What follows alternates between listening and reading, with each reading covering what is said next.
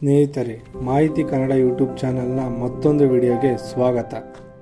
ಇವತ್ತು ನಾವು ಮಾತನಾಡೋ ವಿಷಯ ತುಂಬ ಗಂಭೀರ ಮತ್ತು ಜಗತ್ತಿನ ಮಟ್ಟದಲ್ಲಿ ಪರಿಣಾಮ ಬೀರುವಂತಹದ್ದು. ಇಸ್ರೇಲ್ ಮತ್ತು ಇರಾನ್ ನಡುವಿನ ಸಂಘರ್ಷ.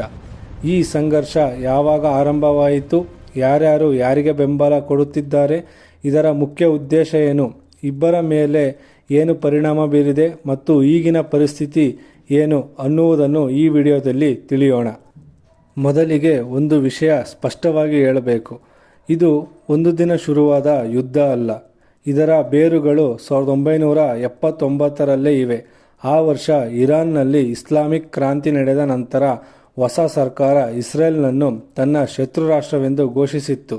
ಅದಾದ ಮೇಲೆ ನೇರ ಯುದ್ಧ ಆಗಲಿಲ್ಲವಾದರೂ ಇಬ್ಬರ ನಡುವಿನ ದ್ವೇಷ, ಅನುಮಾನ ಮತ್ತು ರಾಜಕೀಯ ವಿರೋಧ ಹೆಚ್ಚುತ್ತಾ ಬಂದಿತು. 2001ರ ನಂತರ ಪರಿಸ್ಥಿತಿ ಮತ್ತಷ್ಟು ಗಂಭೀರವಾಯಿತು. ಇರಾನ್ ತನ್ನ ಅಣು ಕಾರ್ಯಕ್ರಮವನ್ನು ಅಭಿವೃದ್ಧಿಪಡಿಸಲು ಪ್ರಾರಂಭಿಸಿತು. ಇಸ್ರೇಲ್ಗೆ ದೊಡ್ಡ ಭಯವೇನೆಂದರೆ ಇರಾನ್ ನ್ಯೂಕ್ಲಿಯರ್ ವೆಪನ್ ಹೊಂದಿದರೆ ಇಸ್ರೇಲ್ ದೇಶದ ಅಸ್ತಿತ್ವವೇ ಅಪಾಯಕ್ಕೆ ಒಳಗಾಗಬಹುದು. ಇರಾನ್ ಹೇಳೋದೇನೆಂದರೆ, ನಮ್ಮ ಅಣು ಕಾರ್ಯಕ್ರಮ ಶಾಂತಿಯುತ ಉದ್ದೇಶಕ್ಕಾಗಿ ಮಾತ್ರ. ಆದರೆ ಇಸ್ರೇಲ್ ಮತ್ತು ಅಮೆರಿಕ ಈ ವಿಷಯದಲ್ಲಿ ನಂಬಿಕೆ ಇಡಲಿಲ್ಲ. ಇದಾದ ಮೇಲೆ ನೇರ ಯುದ್ಧಕ್ಕಿಂತ ಪರೋಕ್ಷ ಯುದ್ಧ ಹೆಚ್ಚು ನಡೆಯಿತು. ಸಿರಿಯಾ ಪ್ರದೇಶದಲ್ಲಿ ಇಸ್ರೇಲ್ ಇರಾನ್ ಬೆಂಬಲಿತ ಸೇನಾ ತಾಣಗಳ ಮೇಲೆ ದಾಳಿಯನ್ನು ನಡೆಸಿತು. ಮತ್ತೊಂದೆಡೆ ಇರಾನ್ ಬೆಂಬಲಿಸುವ ಗುಂಪುಗಳು ಲೆಬನನ್ ಹೆಜ್ಬೋಲಾ, ಗಾಜಾದ ಹಮ್ಮಸ್, ಯೆಮನ್ನ ಹೌತಿ ಗುಂಪು ಇಸ್ರೇಲ್ ವಿರುದ್ಧ ಹೋರಾಟ ನಡೆಸಿದವು. ಹೀಗೆ ವರ್ಷಗಳಿಂದ ಚಿಕ್ಕ ಸಂಘರ್ಷ ನಡೆದವು. 2023ರಲ್ಲಿ ಗಾಜಾ ಪ್ರದೇಶದಲ್ಲಿ ಯುದ್ಧ ಹೆಚ್ಚಾದ ನಂತರ ಪರಿಸ್ಥಿತಿ ಇನ್ನಷ್ಟು ಕಠಿಣ ಆಯಿತು. ಇರಾನ್ ಮತ್ತು ಇಸ್ರೇಲ್ ನಡುವೆ ಕ್ಷಿಪಣಿ ಮತ್ತು ಡ್ರೋನ್ ದಾಳಿಗಳ ವರದಿಗಳು ಹೆಚ್ಚಾದವು. ಇಸ್ರೇಲ್ ಕೂಡ ಪ್ರತಿದಾಳಿ ನಡೆಸಿತು. ಹೀಗೆ ಬಹುಕಾಲದ ಉದ್ವಿಗ್ನತೆ ಈಗ ಹೆಚ್ಚು ತೆರೆದ ಮತ್ತು ನೇರ ಮುಖಾಮುಖಿಯಾಗಿ ಮಾರ್ಪಟ್ಟಿದೆ. ಇದೀಗ ಪ್ರಶ್ನೆ, ಈ ಯುದ್ಧದಲ್ಲಿ ಯಾರ್ಯಾರು ಯಾರಿಗೆ ಬೆಂಬಲ ಕೊಡುತ್ತಿದ್ದಾರೆ? ಇಸ್ರೇಲ್ ಪರ ಅಮೆರಿಕ ದೃಢವಾಗಿ ನಿಂತಿದೆ. ಸೇನಾ, ಆರ್ಥಿಕ ಮತ್ತು ರಾಜಕೀಯ ಬೆಂಬಲ ನೀಡುತ್ತಿದೆ.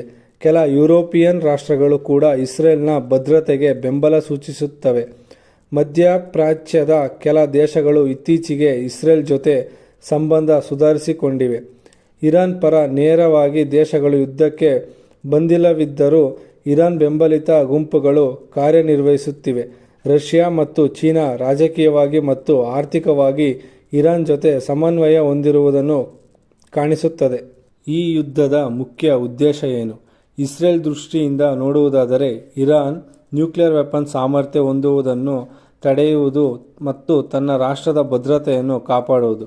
ಇರಾನ್ ದೃಷ್ಟಿಯಲ್ಲಿ ನೋಡುವುದಾದರೆ ಮಧ್ಯಪ್ರಾಚ್ಯದಲ್ಲಿ ತನ್ನ ಪ್ರಭಾವ ಉಳಿಸಿಕೊಳ್ಳುವುದು ಮತ್ತು ಪ್ಯಾಲೆಸ್ಟೈನ್ ವಿಚಾರದಲ್ಲಿ ತನ್ನ ತತ್ವವನ್ನು ಕಾಯ್ದುಕೊಳ್ಳುವುದು. ಇಸ್ರೇಲ್ನಲ್ಲಿ ಭದ್ರತಾ ಒತ್ತಡ ಹೆಚ್ಚಾಗಿದೆ. ಕ್ಷಿಪಣಿ ದಾಳಿಗಳ ಭೀತಿ ಇದೆ. ಆರ್ಥಿಕ ಮಾರುಕಟ್ಟೆಗಳಲ್ಲಿ ಭಾರೀ ಕುಸಿತ ಕಂಡಿದೆ. ಇರಾನ್ನಲ್ಲಿ ಈಗಾಗಲೇ ಅಂತಾರಾಷ್ಟ್ರೀಯ ನಿರ್ಬಂಧಗಳಿಂದ ಆರ್ಥಿಕ ಪರಿಸ್ಥಿತಿ ಕಷ್ಟದಲ್ಲಿತ್ತು. ಯುದ್ಧ ಒತ್ತಡದಿಂದ ಅದು ಇನ್ನಷ್ಟು ಕಠಿಣವಾಗಬಹುದು. ಸೈನಿಕ ತಾಣಗಳ ಮೇಲೆ ದಾಳಿ ನಡೆದರೆ ಒಳನಾಡಿನ ರಾಜಕೀಯ ಒತ್ತಡವೂ ಹೆಚ್ಚಾಗಬಹುದು. ಜಾಗತಿಕವಾಗಿ ನೋಡಿದರೆ ಪರಿಣಾಮ ಇನ್ನಷ್ಟು ದೊಡ್ಡದು. ಮಧ್ಯಪ್ರಾಚ್ಯ ತೈಲ ಉತ್ಪಾದನೆಗೆ ಪ್ರಮುಖ ಪ್ರದೇಶ. ಇಲ್ಲಿ ಯುದ್ಧ ವಿಸ್ತರಿಸಿದರೆ ತೈಲ ಬೆಲೆ ಏರಿಕೆ ಆಗಬಹುದು. ಈಗಾಗಲೇ ತೈಲದ ಬೆಲೆ 12% ಏರಿಕೆಯಾಗಿದೆ. ವಿಶ್ವದ ಆರ್ಥಿಕತೆಯ ಮೇಲೆ ಪರಿಣಾಮ ಬೀರುತ್ತದೆ. ಅದಕ್ಕಾಗಿಯೇ ಅನೇಕ ದೇಶಗಳು ಶಾಂತಿ ಮಾತುಕತೆಗೆ ಕರೆ ನೀಡುತ್ತಿವೆ. ಈಗಿನ ಪರಿಸ್ಥಿತಿ ಏನು ಅಂದರೆ, ಪೂರ್ಣ ಪ್ರಮಾಣದ ವಿಶ್ವಯುದ್ಧ ಇನ್ನೂ ಆಗಿಲ್ಲ, ಆದರೆ ಉದ್ವಿಗ್ನತೆ ಕಡಿಮೆಯಾಗಿಲ್ಲ. ಸೀಮಿತ ದಾಳಿಗಳು ಮತ್ತು ಪರೋಕ್ಷ ಸಂಘರ್ಷಗಳು ಮುಂದುವರಿಯುತ್ತಿವೆ. ಜಗತ್ತು ಗಮನದಿಂದ ನೋಡುತ್ತಿದೆ. ಇದು ಇನ್ನಷ್ಟು ದೊಡ್ಡ ಮಟ್ಟಕ್ಕೆ ಹೋಗಬಾರದೆಂದು. ಸರಳವಾಗಿ ಹೇಳಬೇಕಾದರೆ ಇದು ಕೇವಲ ಎರಡು ದೇಶಗಳ ಮಧ್ಯದ ಯುದ್ಧ ಅಲ್ಲ.